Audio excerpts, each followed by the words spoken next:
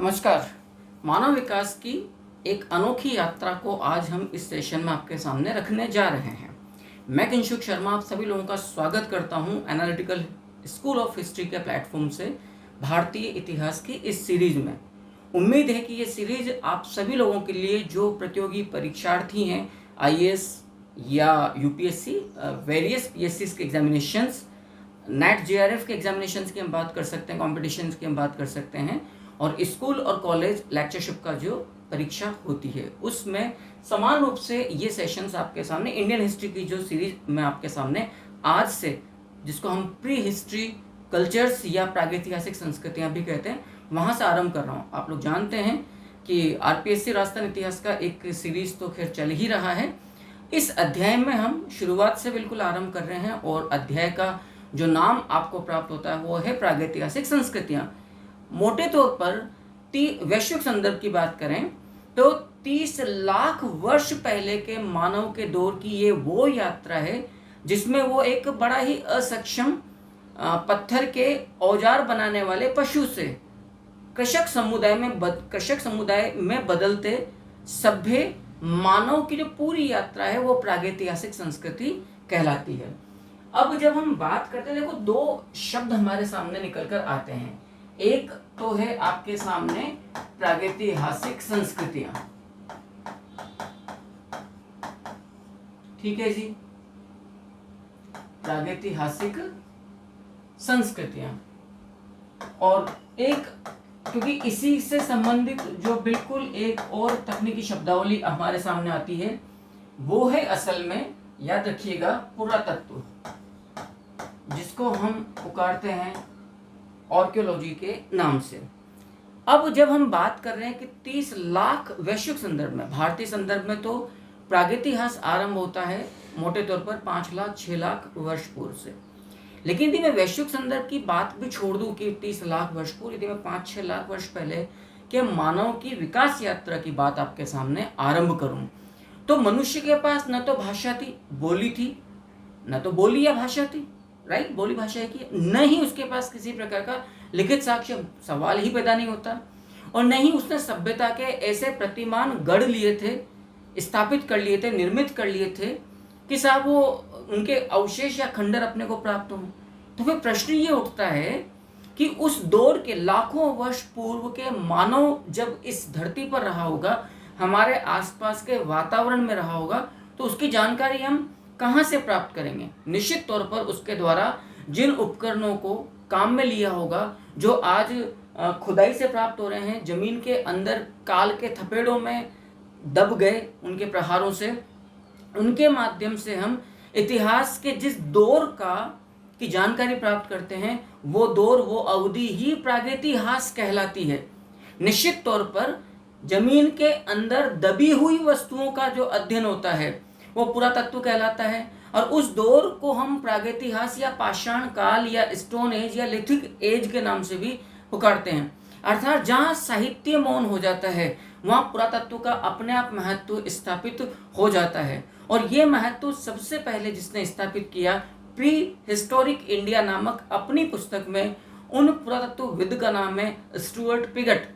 यद्यपि आप लोग बेहतर जानते होंगे कि स्टुअर्ट पिगट वो प्रख्यात पुरातत्वविद या इतिहासकार हैं जिन्होंने पुरातत्व विज्ञान को इतिहास की एक शाखा में न केवल स्थापित किया, बल्कि सर्वप्रथम आपने ही भारतीय प्रागैतिहास के वैज्ञानिक अनुसंधानिक अनुक्रम को भी स्थापित करने में सफलता प्राप्त करी थी। और ऐसा आपने अपनी रचना प्री हिस्टोरिक इंडिया के अंदर किया था।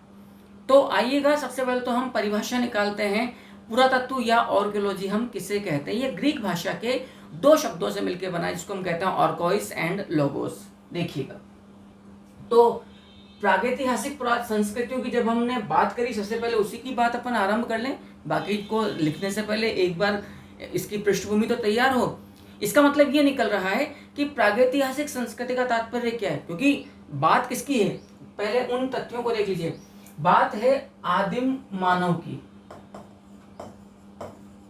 आदिम मानव की, जिसको हमने पुकारा है, याद रखना, प्रागैतिहासिक मानव। सारी बात को समझिएगा। और ये किस दौर की बात चल रही है ये भी इंपॉर्टेंट है। ये लगभग, मैं अब भारतीय संदर्भ की बात कर रहा हूँ, 5 लाख या 6 लाख, दो सामने आता हमारे वर्ष पूर्व के मानव की बात चल रही है। तो आदि मानव या प्रागैतिहासिक मानव इस दौर में जीवित रहने के लिए उसने क्या किया होगा? उसने स्टोन टूल्स, जिसको हम कहते हैं असल में प्रस्तर उपकरण, उनको काम में लिया होगा। अब यहां पर आपको एक बात और समझना होगा, स्टोन के लिए एक शब्द प्रागैतिहास में और काम आता है जो कहलाता है लिथिक या लिथ भी कहलाता है। इसका मतलब ये निकला कि आदिम मानव या प्रागैतिहासिक मानव ने जिस वस्तु को सबसे अधिक काम में लिया वो वस्तु है लिथ या हम कहें स्टोन्स। यही वजह है, समझिएगा बात को, कि इतिहासकार बेंजामिन फ्रैंकलिन ने, सारा तथ्य आप स्थापित कर लीजिएगा, इतिहासकार बेंजामिन फ्रैंकलिन ने आदिम मानव को या प्रागैतिहासिक मानव को, प्रागैतिहास का मतलब जो अत्यधिक पुरातन है, जो सभ्यता के आरंभिक दौर से पहले की भी बात कर रहा है। देखो इसमें दो चीजें और मैं आपको बतला देता हूं। यदि मैं इतिहास का वैज्ञानिक वर्गीकरण एक समय उसके समझने के लिए आपके सामने प्रस्तुत करूं तो मोटे तौर पर हमें यहाँ पर 2-3 चीजें सामने आती है। एक तो आता है प्रागैतिहास, प्रागैतिहासिक दौर याद रखना। एक आता है हमारे सामने आद्य इतिहास, और एक आता है हमारे सामने इतिहास। इन तीनों तकनीकी शब्दावलियों को यदि आज आप समझ लोगे तो मैं उम्मीद करता हूं फिर इस अध्याय में आपको दिक्कत बिल्कुल भी नहीं आएगी। जरा एक बार हम इनकी इंग्लिश देखते हैं। प्रागैतिहास का मतलब निकलता है जी प्री हिस्ट्री, ठीक है, और आद्य इतिहास का मतलब निकलता है प्रोटो हिस्ट्री, और इतिहास का मतलब निकलता है, मोटे तौर पर आप लोग बेहतर जानते हैं, हिस्ट्री। तो प्रागैतिहास का मतलब क्या है? प्रागैतिहास का मतलब है मनुष्य का वो दौर जब उसके पास बोली या भाषा नहीं है, साहित्य का सवाल ही पैदा नहीं होता, और वो सिर्फ पत्थर के उपकरणों पर अपना जीवन यापन कर रहा है, उसी से उसकी संस्कृति का निर्माण हो रहा है, ठीक है। तो ये जो दौर है, सबसे पहले इनका यदि अपन क्लासिफिकेशन करें तो ये दौर आपके सामने आता है लगभग 6 लाख वर्ष पूर्व से लेकर 1000 वर्ष पूर्व या ईसा पूर्व की हम बात कर सकते हैं, ठीक है सर। और आद्य इतिहास जो आता है, आद्य इतिहास का मतलब होता है मनुष्य का वो दौर जिसमें उसके पास बोली या भाषा तो है और उसने साहित्य का भी निर्माण किया, यानी कि उसने अपने सांस्कृतिक अनुक्रम, सांस्कृतिक मापदंड, पैमाना स्थापित कर लिया, लेकिन जो उसने लिखा, जो उसके स्क्रिप्ट या लिपि है, वो इतनी मिस्टीरियस या गूढ़ या रहस्यमय रही कि हम उसे पढ़ नहीं पा रहे। तो जब हम उसे पढ़ नहीं पा रहे हैं तो उसकी जीवन शैली क्या थी, वो सोचता क्या था, उसका दार्शनिक चिंतन किस प्रकार का था, उसके जीवन जीने का ढंग किस तरह का था, उसके अपने सोशल और वर्ल्ड अफेयर्स किस प्रकार के थे, या उसने भौतिक वस्तुओं को किन किन का आविष्कार कर लिया था, खंडरों को छोड़ दें, तो हम साहित्य के आधार पर जानकारी प्राप्त नहीं कर पाते हैं। यानी कि मनुष्य सभ्य तो है लेकिन हम उसके द्वारा छोड़े गए साहित्य को नहीं पढ़ पाने की स्थिति में, क्योंकि वो अपठनीय है, मिस्टीरियस है, गूढ़ है, हम उसके बारे में जानकारी प्राप्त नहीं कर पा रहे हैं। तो वो दौर कहलाता है आद्य इतिहास, ठीक है। तो ये जो दौर है ये आपके सामने आता है 1000 ईसा पूर्व से लेकर 600 ईसा पूर्व तक का, और इसके बाद का जो दौर होता है 600 एंड टूवर्ड्स के बाद का जो दौर होता है से आगे का काल, वो कहलाता है इतिहास। तो यदि मैं इनके आरंभिक सिम्टम्स या लक्षणों की बात करूं, यदि मैं प्रागैतिहास की सबसे पहले बात करूं तो निश्चित तौर पर प्रागैतिहास में बोली का अभाव है। जब बोली का अभाव है तो पक्की बात है साहित्य भी नहीं पाया जाएगा, ठीक है। और उसने भौतिक मापदंड स्थापित नहीं किए, जैसे घरों का निर्माण नहीं बनाया उसने, या किसी और प्रकार की चीजों का उसने निर्माण नहीं किया। तो हम उसकी जानकारी किससे प्राप्त करेंगे? सिर्फ एक चीज से, कि उसने उस दौर में अपने आसपास के वातावरण में जो पत्थर, क्योंकि सबसे कठोर वस्तु वही थी, उन्हीं को वो गढ़ सकता था, तो उनका जो प्रयोग किया, उसके जो अवशेष प्राप्त हुए, उन अवशेषों के अध्ययन का जो दौर है वो प्रागैतिहास कहलाता है, और वो अध्ययन पुरातत्व या आर्कियोलॉजी कहलाता है। तो प्रागैतिहासिक दौर की जानकारी हमें सिर्फ और सिर्फ जिससे प्राप्त होगी वो होते हैं स्टोन टूल्स, ठीक है साहब, स्टोन टूल्स। तो इसका मतलब ये भी निकल रहा है प्रागैतिहास की, मैं एक परिभाषा और निकालूं प्रागैतिहासिक संस्कृति की, तो मानव निर्मित वह माध्यम जिसकी सहायता से, मानव निर्मित वह माध्यम। अब प्रागैतिहास में मानव ने कौन सा माध्यम निर्मित किया? सिर्फ पत्थर के उपकरण जो आज हमें प्राप्त हैं, और उन्हीं एकमात्र वही सोर्स हैं प्रागैतिहासिक या पाषाणकालीन आदिम मानव के बारे में जानकारी प्राप्त करने के लिए, क्योंकि उनकी जानकारी सिर्फ पत्थर के उपकरणों से प्राप्त हो रही है। इसीलिए बेंजामिन फ्रैंकलिन ने आदिम मानव को, याद रखना, एक विशेष संज्ञा से पुकारा है, पत्थर के औजारों का निर्माण करने वाला प्राणी, पत्थर के औजारों को बनाने वाला या निर्माण करने वाला प्राणी। याद रखना, ये बात किसने कही है? बेंजामिन फ्रैंकलिन ने कही है। किसके लिए कही है? प्री हिस्टोरिक मैन या प्रागैतिहासिक मानव या आदिम मानव के लिए। किसने? बेंजामिन फ्रैंकलिन ने। अब मैं इसको भी साथ साथ लूंगा, इसी संदर्भ में एक तथ्य और बतला दूं, मैं दोबारा बोल रहा हूं, क्यों? यदि आप लोग एक हायर एकेडमिक कंटेंट की तलाश में हैं, हायर कॉम्पिटिशन्स की तैयारी के लिए, तब तो आपके लिए सेशंस बड़े ही यूजफुल है, क्योंकि मैं एक रिसर्च बेस्ड एनालिसिस हिस्ट्री का यहाँ पर आपके सामने रखूंगा, साथ के साथ आप नोट्स बनाते चल सकते हैं। क्योंकि आदिम मानव ने जिस पत्थर का सबसे अधिक प्रयोग किया, मानव प्रकृति की चुनौतियों का सामना करने के लिए, ना केवल सामना करने के लिए अपितु उस पर विजय प्राप्त करके अपने आप को जीवित रखने का प्रयास करने के लिए जिस स्टोन का सबसे अधिक उसने काम में लिया, वो था असल में चमकीला पत्थर, या जिसको हम कहते हैं क्वार्ट्जाइट।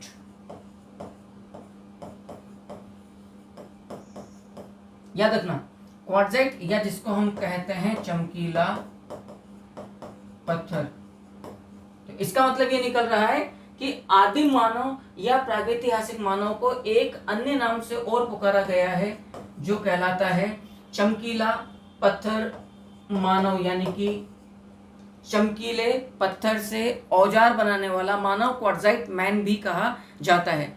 क्योंकि लगभग जो पूरा दौर है 6 लाख वर्ष पूर्व से लेकर 1000 ईसा पूर्व तक का दौर, इसमें मनुष्य का सबसे बड़ा जो साथी, जिसके द्वारा उसने प्रकृति की विपरीत परिस्थितियों पर का सामना किया, जुझारूपन तरीके से संघर्ष करते हुए विजय प्राप्त करी, ठीक है, सिर्फ और सिर्फ पाषाण काल से। तो इसीलिए आदिम मानव या प्रागैतिहासिक मानव की लगभग 6 लाख, भारतीय संदर्भ की बात कर रहा हूं मैं, लगभग 6 लाख वर्ष की पूरी जो विकास यात्रा है, उसको इतिहासकार गॉर्डन चाइल्ड ने, नोटिस करना है इस बात को,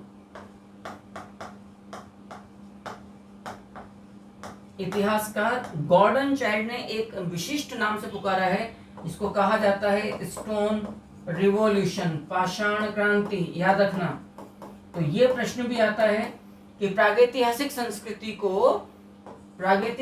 संस्कृति को पाषाण क्रांति, यानी कि लिथिक रिवॉल्यूशन, लिथ या स्टोन से एक ही है, लिथिक रिवॉल्यूशन या स्टोन रिवॉल्यूशन किसने कहा है? तो वो इतिहासकार है आपके सामने गॉर्डन चाइल्ड।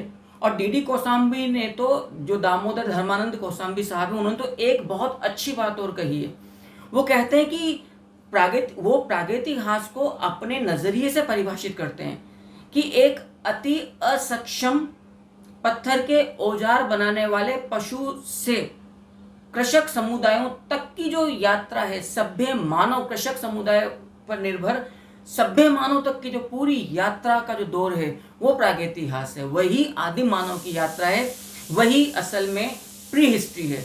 उसे ही प्री हिस्ट्री के नाम से पुकारा गया है। समझ में आ गई बात आप लोगों को?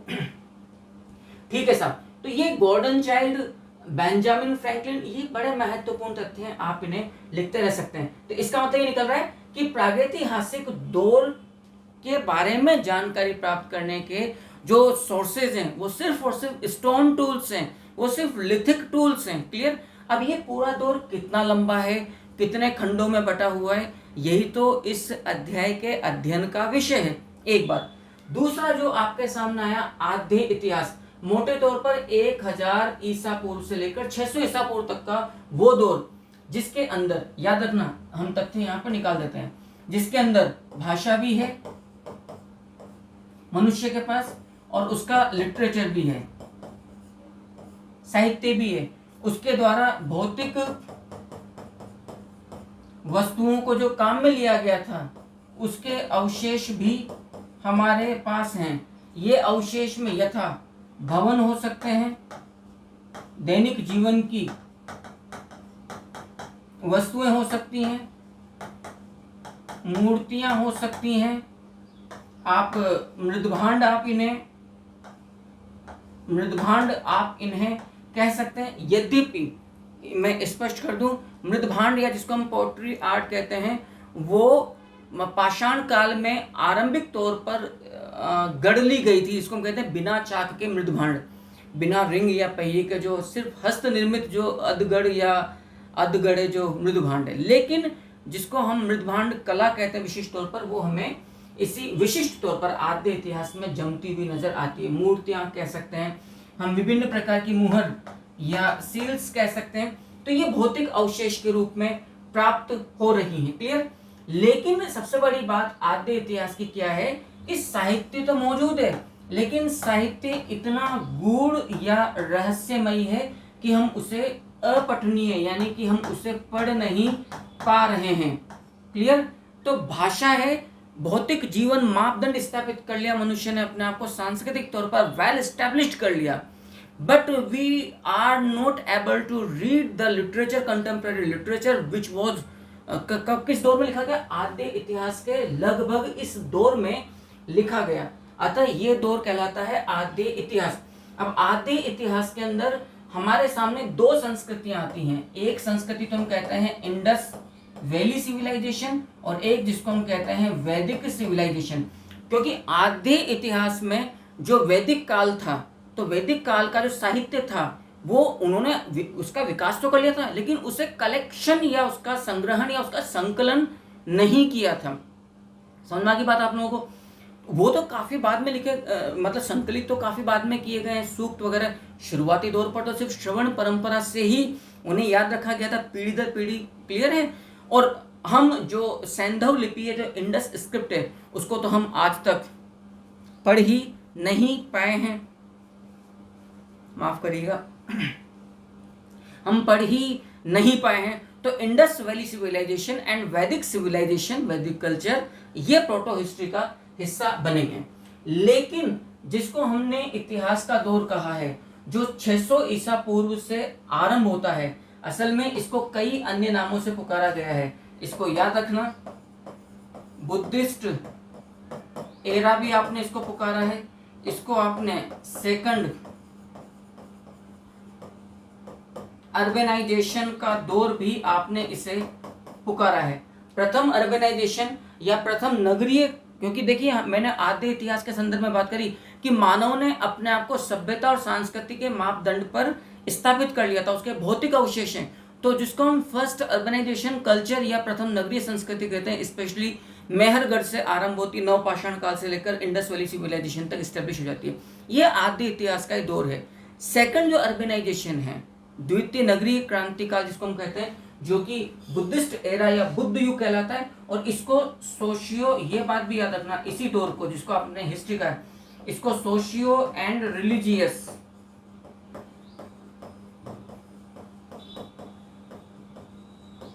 रिफॉर्म्स, सामाजिक और धार्मिक सुधार आंदोलन जिसको हम जैनिज्म और बुद्धिज्म के नाम से पुकारते हैं। तो इस दौर का साहित्य भी पठनीय है, भौतिक अवशेष भी है, और साहित्य को पढ़कर हम उस जमाने के राजनीतिक, सामाजिक, धार्मिक, आर्थिक क्रियाकलापों, उनका फिलोसॉफिकल थिंकिंग स्ट्रक्चर, दार्शनिक चिंतन किस तरह का था, उन सब के बारे में जानकारी प्राप्त कर लेते हैं। इतिहास का ये दौर जो 600 ईसा पूर्व के बाद का आरंभ हुआ है वो हिस्ट्री या इतिहास कहलाता है। इससे पहले यानी कि 600 ईसा पूर्व से लेकर 1000 ईसा पूर्व तक का जो दौर है, इसमें साहित्य तो मौजूद है लेकिन वो नॉन रीडेबल है, वो पढ़ नहीं पाए हैं क्योंकि वो बड़ा मिस्टीरियस है। तो हमें उस दौर के मानव के जीवन क्रियाकलापों की जानकारी नहीं मिल पाती, वो सोचता क्या था, उसका चिंतन किस तरह का था, उसके अफेयर्स किस वर्ल्ड अफेयर्स या उसके अपने पब्लिक इंटरेक्शंस किस किस तरह के थे, उसकी सोशियो इकोनॉमिक इंटरेक्शंस या रिलेशंस किस तरह के थे, वो हमें जानकारी नहीं प्राप्त होती है। तो इसका मतलब ये भी निकल रहा है कि जहां प्रागैतिहासिक कालीन मनुष्य या संस्कृति की जानकारी हमें सिर्फ स्टोन टूल से मिलती है, वहीं आदि इतिहास की जानकारी हमें उसके भौतिक अवशेषों में, स्टोन टूल्स भी हैं, विभिन्न प्रकार की मूर्तियां, सील्स, उसके जो रिमेन्स, उसके जो हाउसेज या जो उनकी टाउन प्लानिंग थी, कई कई प्रकार के भौतिक अवशेष जिनमें शिप्स या नाव वगैरह या जो ह्यूमन बोन्स या जो एनिमल बोन्स और वो भित्ति चित्र वगैरह तो प्रागैतिहास में पाए जाएंगे क्योंकि इतना आर्ट उन्होंने डेवलप कर लिया था। इवन प्रागैतिहास का जो मध्यकालीन दौर, इसको आप मध्य पाषाण या मेसोलिथिक कहते हैं, मृदभांड वहां से बनने चालू हो गए थे, लेकिन एक स्टैब्लिश जिसको हम ट्रेडिशन के रूप में स्टैब्लिशमेंट कहते हैं, स्थापित कहते हैं मृदभांड परंपरा को, वो आद्य इतिहास मतलब नवपाषाण काल से फिर हमें देखते हैं वो आद्य इतिहास। अब तो ये तो हो गया प्रागैतिहास का कि प्रागैतिहास की जानकारी प्राप्त करने के लिए हमें स्टोन टूल्स, है ना, ह्यूमन बोन्स या जो भी हमें ग्रेव कब्रें प्राप्त होती मनुष्य की उस जमाने की आदिम मानव संस्कृति, पशुओं की अस्थियां, क्लियर है। वो आद्य इतिहास में इन सब के साथ साथ हमें कई प्रकार के भवन, मोहरें, मूर्तियां, खंडर सब कुछ प्राप्त होंगे, लेकिन साहित्य नहीं पढ़ पा रहे हैं। और साहित्य के जो विशिष्ट जानकारी प्रदान करेगा वो इतिहास के दौर से आरंभ होगा। उम्मीद करता हूं कि यहाँ तक की बात आपको अच्छे से समझ में आई होगी। इस प्रागैतिहासिक अध्याय को जिस प्रकार से मैंने आरंभ किया है, आपका सिर्फ ये सहयोग मुझे चाहिए होगा, इस क्लास को सब्सक्राइब करें, चैनल को शेयर करें, अपने साथियों को जोड़ें, और यदि आप लोगों का साथ मुझे मिलता रहा, जिस इंटेंसिटी या जिस एक फ्रिक्वेंसी के साथ में, एक स्ट्रेंथ के साथ इस अध्याय को मैंने आरंभ करा है, यकीन मानिएगा भारतीय इतिहास का कोई सा भी पोर्शन हो, चाहे एंशिएंट हो, चाहे मेडिवल हो, चाहे आपका मॉडर्न हो या वर्ल्ड हिस्ट्री हो, हम डे बाय डे इसी प्रकार से अपने सेशंस को आगे बढ़ाते रहेंगे।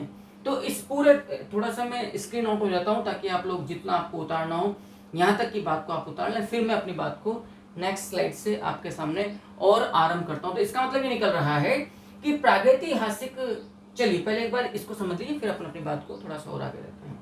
पॉज करिए और पेन डाउन करिए और मैं आगे बढ़ता हूँ।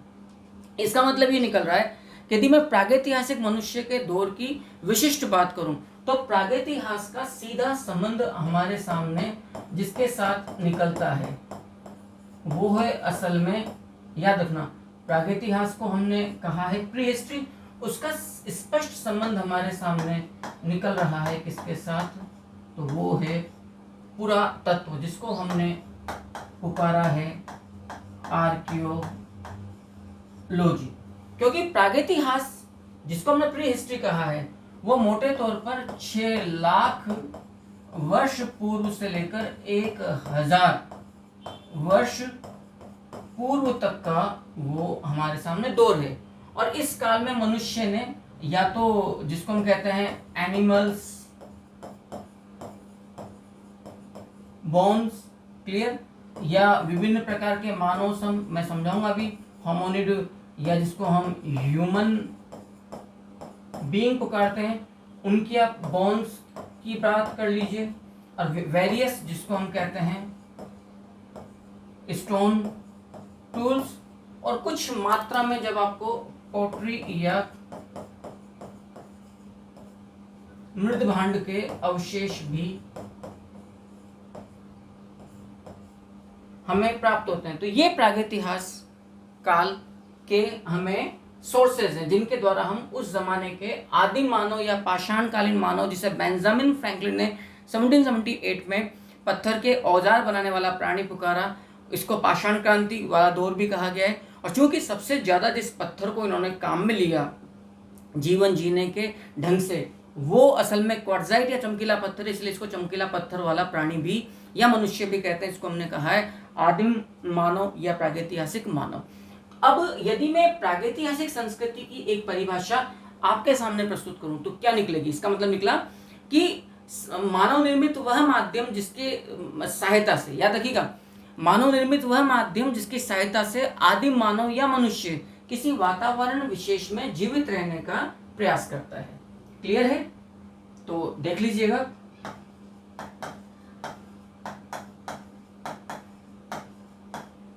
मानव निर्मित वह माध्यम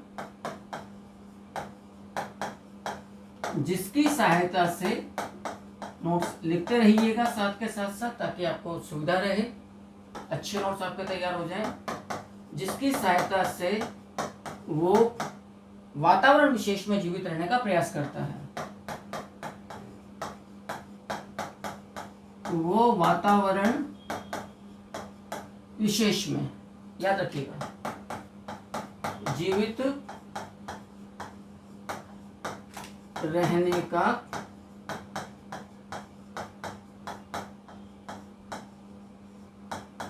प्रयास करता है। क्लियर है? वो कहलाता है असल में, याद रखना, प्रागैतिहासिक संस्कृति।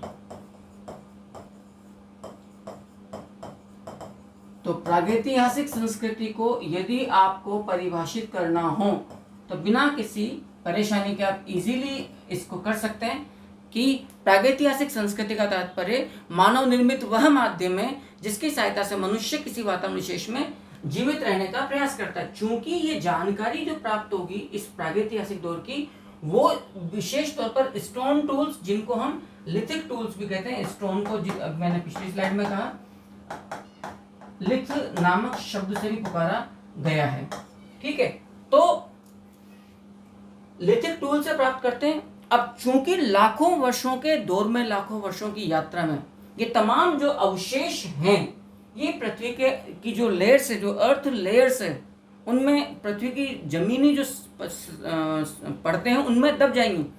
तो अध्ययन की वो शाखा जिसमें हम जमीन में दबी हुई वस्तुओं को उत्खनन के माध्यम से बाहर निकालकर उनका अध्ययन करते हैं। क्लियर? तो जिसको हमने कहा है असल में पुरातत्व, पुरातत्व जिसको आप इंग्लिश में पुकार रहे हैं आर्कियोलॉजी, तो इसका मतलब निकल रहा है जमीन में या भूमि में दबी हुई वस्तुओं को उत्खनन के माध्यम से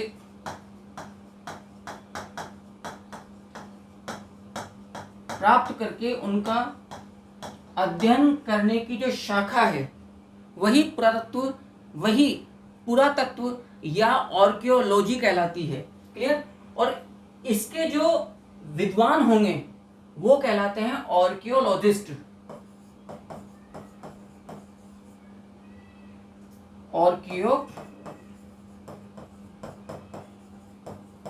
यानी कि पुरातत्वविद। क्लियर है? पुरातत्वविद।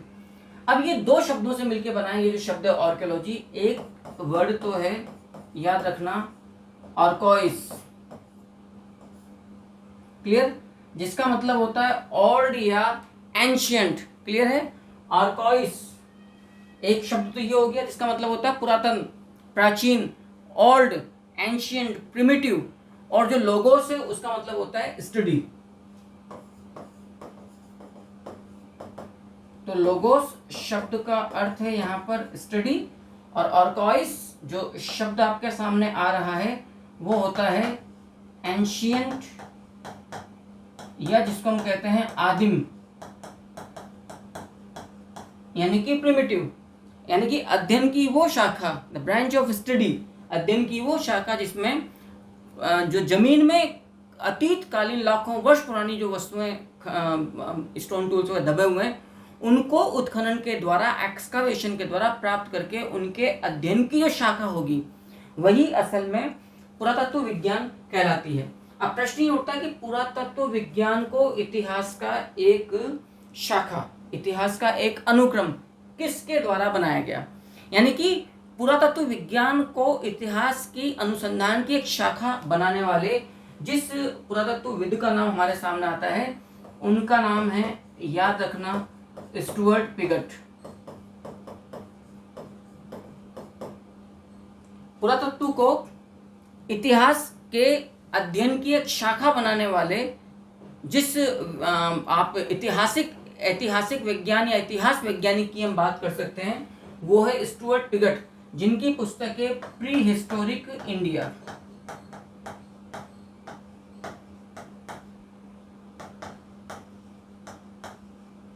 प्री हिस्टोरिक इंडिया में पहली बार इतिहास की एक शाखा के रूप में पुरातत्व को महत्व प्रदान करने वाले इतिहासकार स्टुअर्ट पिगट है। ये वही हैं इतिहासकार स्टुअर्ट पिगट जिन्होंने हड़प्पा और मोहनजोदाड़ो को सैंधव सभ्यता की जुड़वां राजधानियां बोला था। क्लियर है? तो इतिहास में वैज्ञानिक अनुसंधान को महत्व देकर पुरातत्व को इतिहास की एक शाखा के रूप में स्थापित करने वाले जिस पुरातत्वविद का नाम पहली बार सामने आता है उनका नाम है स्टुअर्ट पिगट। इन्होंने अपनी पुस्तक प्री हिस्टोरिक इंडिया में इस बात को एस्टेब्लिश किया है। अर्थात जहां साहित्य नहीं होता है, याद रखना, जहां साहित्य नहीं होता है, क्लियर है, जहां साहित्य मौन हो जाता है वहां पर पुरातत्व चीख चीख कर आवाज देता है, इतिहास के पुनर्निर्माण के साक्ष्य मौजूद करवाता है। ये सबसे बड़ा एक हम कहेंगे कि ये महत्व है, पुरातत्व का योगदान है। तो स्टुअर्ट पिगट का सबसे बड़ा योगदान क्या है ये भी देख लीजिएगा। पुरातत्व को ऐतिहासिक अध्ययन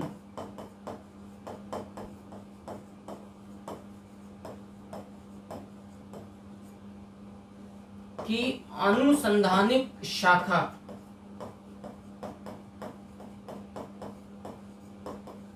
रिसर्चेबल शाखा बनाने वाले जिस पुरातत्वविद की बात सामने आती है वो उनका नाम है स्टुअर्ट पिगट। क्लियर है? आई थिंक यहां तक की बात आप लोगों को पिछली स्लाइड के साथ साथ अच्छे से समझ में आई है। एक बार आप यहां तक के पूरे मैटर को, मैं स्क्रीन आउट हो जाता हूं, देख लीजिए, पढ़ लीजिए और फिर हम अपनी बात को और आगे बढ़ाते हैं। प्रश्न ये उठता है, आई थिंक आपने कर लिया होगा, कि प्रागैतिहास का मतलब है प्री हिस्ट्री और पुरातत्व का मतलब है, याद रखिएगा, आर्कियोलॉजी। तो प्रश्न ये आता है कि प्रागैतिहासिक शब्द का सर्वप्रथम प्रयोग किसके द्वारा किया गया है? क्लियर है? सब बड़ा महत्वपूर्ण है ये।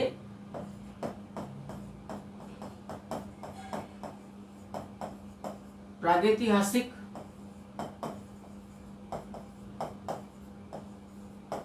शब्द को सबसे पहले किसके द्वारा काम में लिया गया है? तो याद रखिएगा, ये व्यक्ति है डैनियल विल्सन इन 1851। याद रखिएगा, प्रागैतिहास जिसको आपने कहा है असल में प्री हिस्ट्री, क्योंकि यहां पर आपको इंग्लिश शब्दावली को समझना बेहद जरूरी है, वो बार बार आपको परेशान कर सकता है। 1851 ईस्वी में इतिहासकार डैनियल विल्सन के द्वारा प्रागैतिहासिक शब्दावली को, प्रागैतिहासिक शब्द को सबसे पहले काम में लिया गया था। क्लियर है मामला? डैनियल विल्सन के द्वारा। अब प्रागैतिहास की जो अवधि है,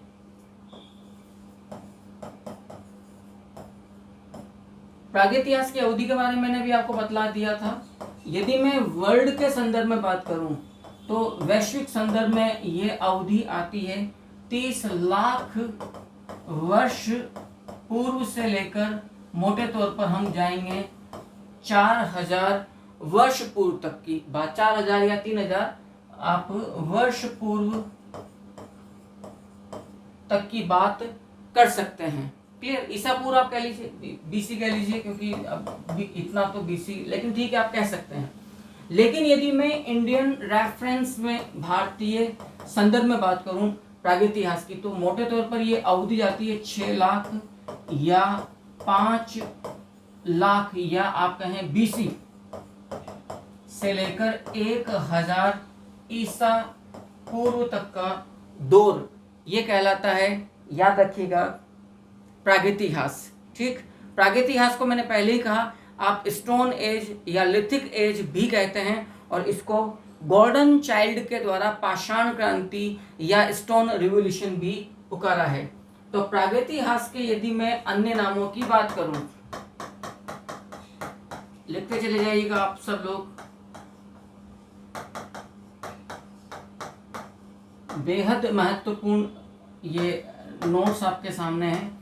प्रागैतिहासिक काल के हम अन्य नामों की बात करें तो आप इसे स्टोन एज भी कह सकते हैं, इसको आप लिथिक एज भी आप पुकार सकते हैं।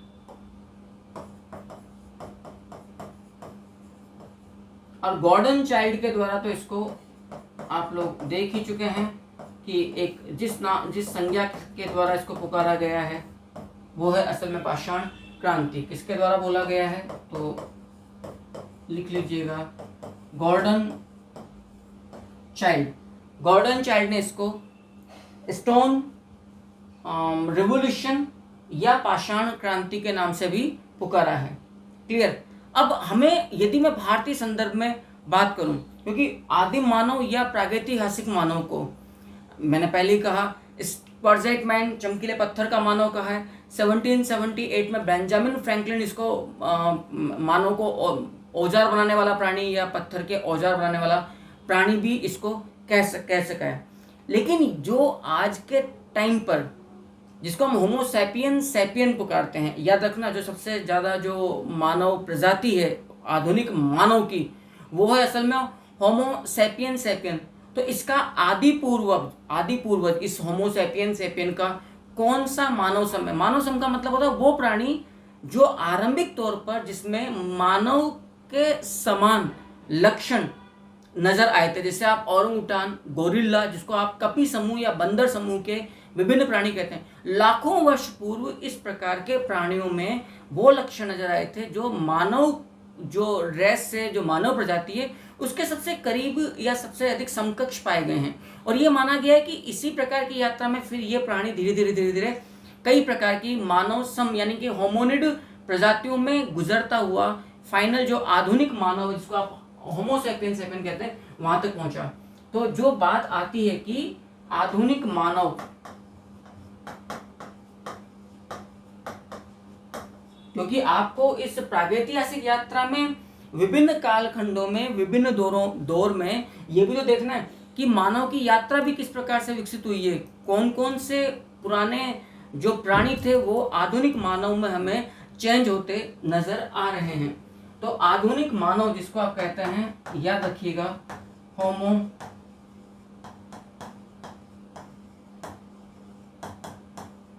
सैपियन। तो आधुनिक मानव का जो आदि पूर्वज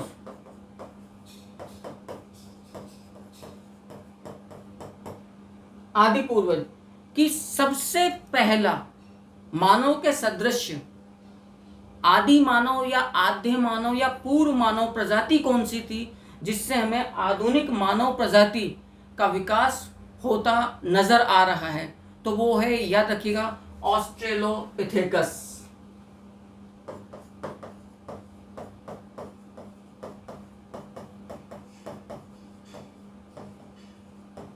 ये लीजिएगा, ऑस्ट्रेलोपिथेकस लिख देता हूं आपके सामने।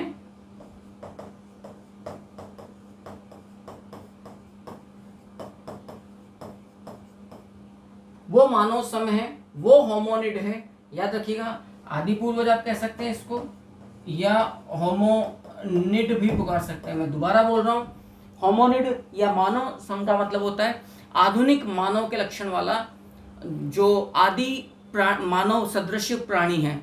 पूर्ण कंप्लीट मैन नहीं है, पूर्ण मनुष्य नहीं है, लेकिन वैसे उसके लक्षण नजर आ गए थे, जैसे वो सेमी इरेक्ट पोजीशन में, अर्ध उत्तान अवस्था में, यानी कि सीधा खड़ा होकर ना चलकर थोड़ा झुककर यूं चल रहा है। क्लियर है? पैरों पर चल रहा है, दोनों हाथ उसके फ्री हैं वस्तुओं को पकड़ने, चीरने, झूलने, उनको काम में लेने के लिए। क्लियर? और प्रागैतिहासिक संस्कृति की को परिभाषित मैं आपके सामने कर ही चुका हूं। मोटे तौर पर जिसको आपने प्रागैतिहास दौर कहा है, इसका कालखंड कितना है, इसकी अवधि कितनी है, ये कितने कितने प्रकार में बटा हुआ है, उसको भी मैं अब आपके सामने लेने जा रहा हूं। एक बार पहले आप यहाँ तक की बात को अच्छे से समझ लीजिए। पहले इस बात को आप लोग पेन डाउन कर लीजिए, उतार लीजिए, फिर हम अपनी बात को और आगे लेकर बढ़ते हैं। यहां तक का पहले एक बार आप लोग देख लीजिएगा, फिर हम इनका क्लासिफिकेशन देखेंगे कि इस प्रागैतिहासिक जो दौर है, जो संस्कृति, इसको कई कई मतलब किन किन का डिस्टिंग्विश या इनको विभाजीकरण इनका किया गया है। क्लियर? देखिएगा, यदि मैं प्रागैतिहासिक वर्गीकरण की बात करूं, संपूर्ण प्रागैतिहास को वैश्विक संदर्भ में, तो हमने 30 लाख वर्ष पूर्व से देखा है। इथियोपिया से एक स्थान है लूसी, याद रखना, इथियोपिया में एक जगह है लूसी, वहां से एक मादा कंकाल 6 वर्ष का लगभग एक मादा शिशु बालिका का एक कंकाल आपको प्राप्त हुआ है। इसीलिए mother of modern human being या मॉडर्न जो होमोसैपियंस है, की जो आदि पूर्वज माता है वैश्विक संदर्भ में, उसको लूसी, जो इथियोपिया के लूसी नामक स्थान से 30 लाख वर्ष पूर्व का जो एक फीमेल स्केलेटन या मादा कंकाल प्राप्त हुआ है, बोला गया। लेकिन यदि मैं इस पूरी विकास, इस पूरे दौर के यदि मैं विभाजन या वर्गीकरण की बात करूं, सबसे पहले क्रिश्चियन थॉमसन डेनमार्क का एक पुरातत्वविद था, जिसने 1861 में विभिन्न पुरातात्विक अवशेषों के आधार पर संपूर्ण प्रागैतिहास को 3 भागों में बांटा था। सबसे पहला स्टोन या लिथिक एज, देन फिर ब्रॉन्ज एज एंड देन फिर आयरन एज। ये लेकिन it was very non scientific classification. Clear? सबसे पहले इधर लिख लेते हैं अपन, सबसे पहले 1861 में एक डेनमार्क का, याद रखना, एक पुरातत्वविद जिसका नाम आपको प्राप्त होता है क्रिश्चियन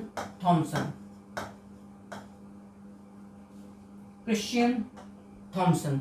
आप में से जितने भी लोग इस क्लास को पहली बार देख रहे हैं, मुझे अपना कमेंट अवश्य दीजिएगा कि ये क्लास कैसी लगी। आप लोग इस क्लास को रेगुलर बेसिस पर चाहते नहीं चाहते, मुझे ये सपोर्ट आपको का अवश्य अपेक्षित रहेगा, चाहिए होगा कि आप मुझे लगातार अपना सहयोग प्रदान करें। तो क्रिश्चियन थॉमसन 1861 में डेनमार्क का एक इतिहासकार है। इसने 3 काल में संपूर्ण दौर को 3 काल में विभाजित किया है। 3 काल के अंदर इसने विभाजित किया है। अब ये 3 काल कौन कौन सा है? सबसे पहले तो इसने किया है स्टोन या लिथिक एज में, ठीक है, स्टोन या लिथिक एज में।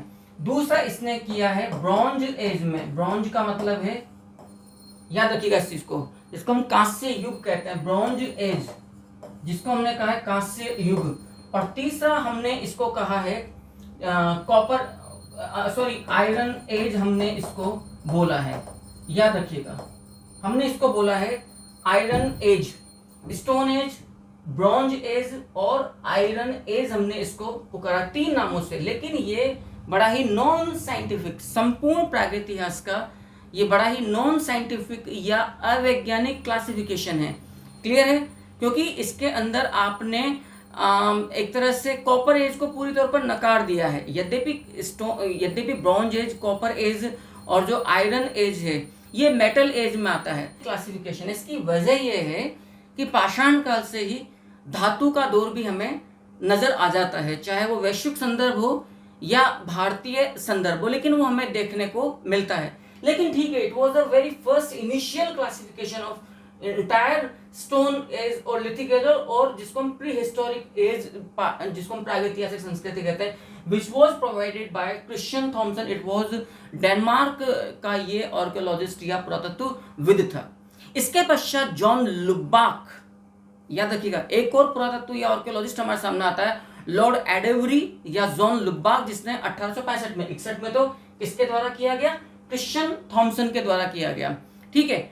अब इसने अपनी पुस्तक में, जिसको आपने जॉन लुबाक का, उसने 1865 ईस्वी में अपनी पुस्तक में, जिसको है prehistoric times, prehistoric India, it was written by Stuart Piggott, और स्टुअर्ट पिगट ने ही पहली बार पुरातत्व विज्ञान को इतिहास की एक शाखा के रूप में एस्टेब्लिश करने का प्रयास किया था। लेकिन ये है प्री हिस्टोरिक टाइम्स। सो दूसरा जो क्लासिफिकेशन है, याद रखिएगा, it was provided bye in 1865, clear.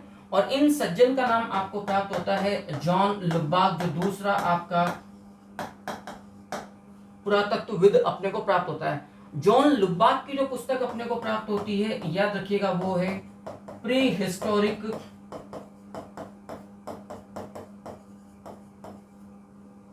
Historic times, याद रखिएगा।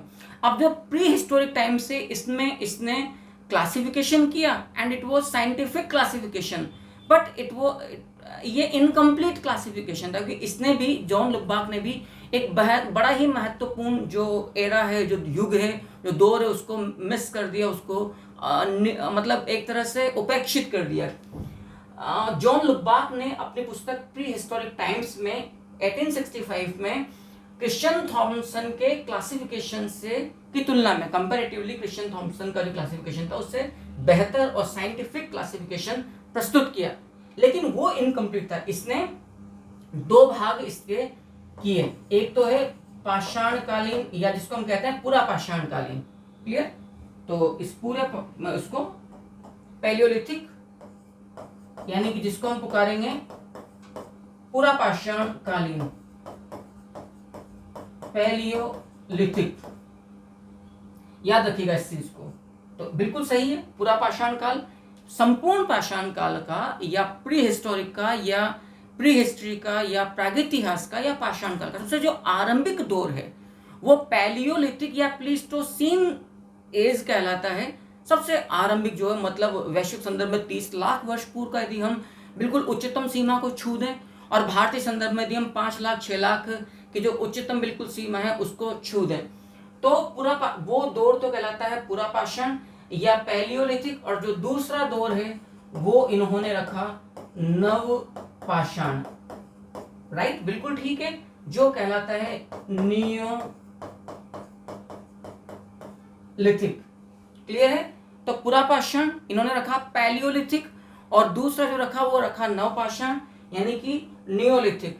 लेकिन जॉन लुबाक से 1865 में अपनी जो पुस्तक इनकी सामने आती है प्री हिस्टोरिक टाइम्स, इसमें जो सबसे बड़ी जो गलती हुई वो ये हुई कि पूरा पाषाण और नव पाषाण काल के बीच में एक जो और बड़ा महत्वपूर्ण दौर आता है, मध्य पाषाण काल, या जिसको हम कहते हैं मीजोलिथिक, वो इन्होंने और मिसिंग कर दिया।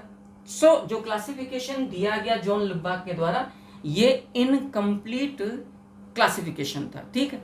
तो एक बीच में पूरा पाषाण, पैलियोलिथिक, और नव पाषाण, नियोलिथिक, न्यू माने न्यू, पैलियो माने ओल्ड, लिथिक माने स्टोन। हम पहले ही इस बात को क्लियर कर चुके हैं, लिथ और stone is a similar thing. अब याद रखिएगा एडवर्ड लॉतेर्ट, क्लियर। फिर एक और पुरातत्वविद आपके सामने आते हैं, एडवर्ड, याद रखिएगा, लॉतेर्ट। इन्होंने सबसे अधिक वेटेज वाला साइंटिफिक या वैज्ञानिक क्लासिफिकेशन किया, लेकिन सिर्फ एक काल का, जो सबसे आरंभिक दौर है संपूर्ण प्री हिस्ट्री का, जो है असल में पूरा पाषाण, क्लियर। सो अब आप देखिएगा कि एडवर्ड लॉतेर्ट के द्वारा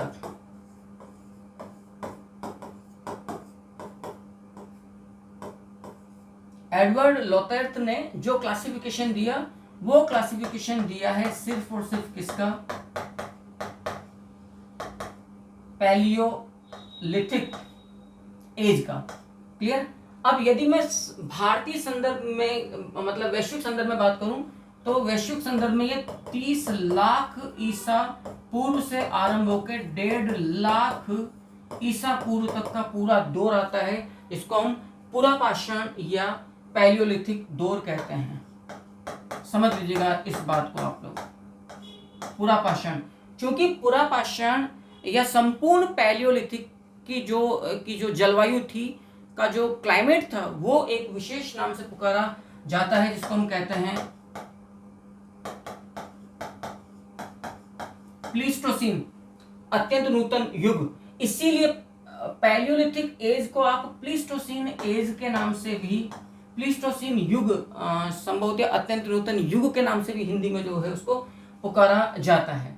तो एडवर्ड लोथार्ट ने इस संपूर्ण अवधि को, यानी कि जिसको हमने कहा पैलियोलिथिक या प्लीस्टोसीन कल्चर को, 3 भागों में वर्गीकृत किया है। ठीक है साहब, अब ये 3 भाग कौन कौन से हैं, इनको आप एक एक करके देख लीजिएगा। तो फिर मैं कहूंगा कि आपको दिक्कत नहीं देगी। पहला तो है, याद रखना, लोअर पैलियोलिथिक, समझ की बात आपको। दूसरा है मिडिल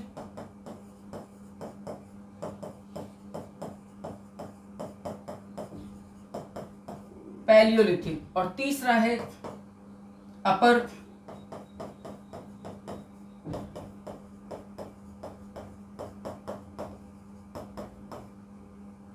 पैलियोलिथिक। लोअर पैलियोलिथिक तो हिंदी में कहेंगे, लोअर का मतलब निम्न, पूरा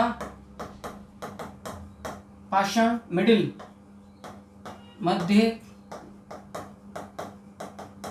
पूरा पाषाण अपर, उच्च पूरा पाषाण।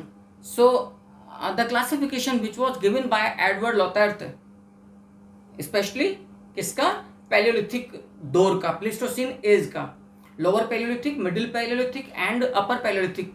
It is totally scientific based classification और बिल्कुल एक्यूरेट है ये।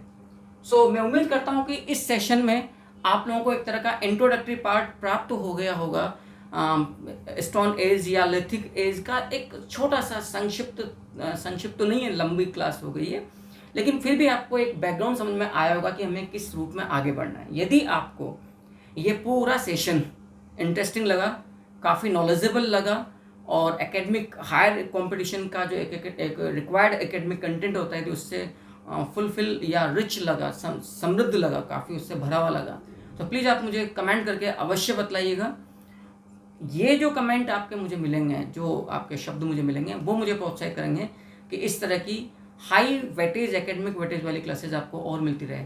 इंतजार कीजिए नेक्स्ट सेशन का। नेक्स्ट सेशन में हम प्रॉपर तरीके से इस अध्याय को आरंभ करेंगे कि भारतीय जो प्रागैतिहासिक संस्कृतियां हैं, जो 3 भागों में बटा हुआ है, क्लियर है। पैलियोलिथिक, जिसको एडवर्ड लोथार्ट ने 3 भागों में बांटा, लोअर पैलियोलिथिक, मिडिल पैलियोलिथिक एवं अपर पैलियोलिथिक। और पैलियोलिथिक को हमने, याद रखिएगा, प्लीस्टोसीन कल्चर भी पुकारा है। उसके बाद फिर मेसोलिथिक आएगा, जिसको हम मध्य पाषाण काल कहते हैं, और फिर नियोलिथिक आएगा, जो जॉन लुबाक ने जो गलती करी 1865 में अपनी पुस्तक में प्री हिस्टोरिक टाइम्स में, कि उसने मध्य पाषाण काल को सिरे से गायब कर दिया। क्लियर है। तो 3 हमें दौर पढ़ने हैं, और नियोलिथिक के साथ साथ, नियोलिथिक के बिल्कुल अंतिम दौर तक आते आते भी मनुष्य कई स्थानों पर कॉपर यानी कि ताम्र धातु का प्रयोग भी करना आरंभ कर देगा, जिसको फिर हम मिले जुले रूप में चैल्कोलिथिक यानी कि ताम्र पाषाणिक, पाषाण उपकरणों के साथ साथ ताम्र धातु का प्रयोग करने वाला मनुष्य और उसका दौर। सो इस तरह के यूजफुल सेशंस आपके लिए आगे आते रहेंगे। इंतजार कीजिए नेक्स्ट सेशन का। तब तक के लिए